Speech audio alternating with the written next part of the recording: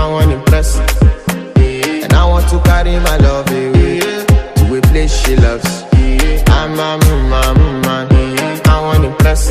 And I want to carry my love